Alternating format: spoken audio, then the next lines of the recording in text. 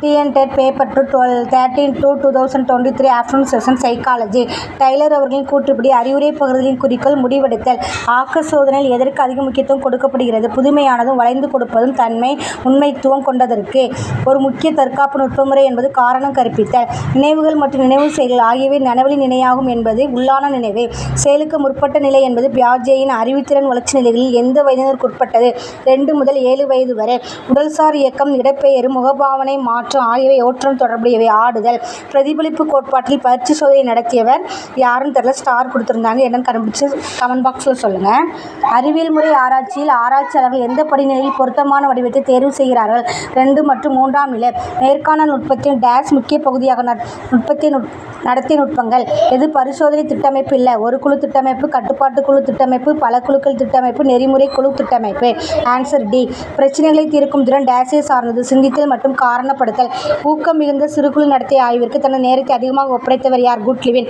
கல்வி நிகழ்ச்சிகளில் தனியாகவோ அல்லது கூட்டமாகவோ பங்கேற்கும் மாணவர்களுக்கு டேஸ் என்று பெயர். எஜுகேன். ஆரம்ப நடுநிலைப் பள்ளி ஆண்டுகளில் குழந்தைகள் உத்திகளை பயன்படுத்தி கருத்தில் உறுதியாக இருத்தல் மற்றும் செயல்பாடுகளில் முன்னேற்றம் காண்பார் என கூறியவர் மில்லர். நாம் ஏற்கனவே கற்றவை தற்போது கற்றலில் உள்ள மீட்டெறிதலுக்கு தடை ஏற்படுத்தினால் அது டேஸ் எனப்படும். முன்னோக்கு தடை. ஃப்ராய்டின் கூற்றுப்படி 2 முக்கிய கூறுகள் இயல்புகள் டேஸ் மனித நடத்தைக்கு அடிப்படை என தன்னுடைய ஊக்குவித்தல் கொள்கையில் கூறுகிறார். வாழ்வு மற்றும் இறப்பு. டேஸ் ஆனது மொழி குறித்து அறிதலான முன்னிகைக்கோள் குறித்து அறிவு மற்றும் ஒரு மொழியின் ஒலிகள் பற்றி விவாதிக்கும் திறனை குறிக்கும். மீள்மொழிசார் விழிப்புணர்வு. பின்வரும் மனவளர்ச்சி வளர்ச்சி நிலைகளில் எந்த ஒரு பருவம் நிலைத்த காலம் என அழைக்கப்படுகிறது? குழந்தை பருவம். குழந்தைகள் இறந்த காலங்களில் நேர்மறை மனவளர்ச்சியை பெறுகிறார்கள். 10 to 12 மாதங்கள். அறிவுசார் நடத்தையில் வெளிப்பாடு அதன் வேகம் மற்றும் தீர்க்கத்தை டேஸ் சோதனை வெளிப்படுத்தும். நுண்ணறிவு. ஃப்ராய்டின் கோட்பாட்டின் அடிப்படையில் நிலை உளவியல் வளர்ச்சி டேஸ் கட்டத்தில் மகிழ்ச்சி வாயின் மையப்பகுதியில் உள்ளது. சுவைத்தல் நிலை. தொழில்சார் வழிகாட்டல் அமைந்துள்ள இடம் அமெரிக்கா. விளைவு பற்றிய அறிவு வழிவகுப்பது மேம்படும் கற்றல். சார்நிலை மாறியை டேஸ் மாறி எனவும் அறியலாம். துலங்கல். மேல்நிலை கூறு என்பது ஒரு மனிதனின் உணர்ச்சி சார்ந்த நிலையினை அல்லது நீட்டித்துளைக்கும் அழைப்பு முறை என கூறியவர் ஐசன்க்.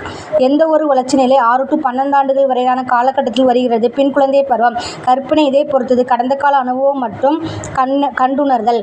நினைவுபடுத்துதல் என்பது டேஸ் முறையின் அறிவை தேடுதல் ஆகும். செயல்மிகு. கவனத்தின் உள்ளடங்கிய 3 காரணிகள். பொருளை தேர்ந்தெடுத்தல், ஆயத்த நிலை, ஊக்கம். ஐசன்க் கூற்றுப்படி உளப்பாங்கு என்பது டேஸை குறிக்கிறது? மனவளர்ச்சி.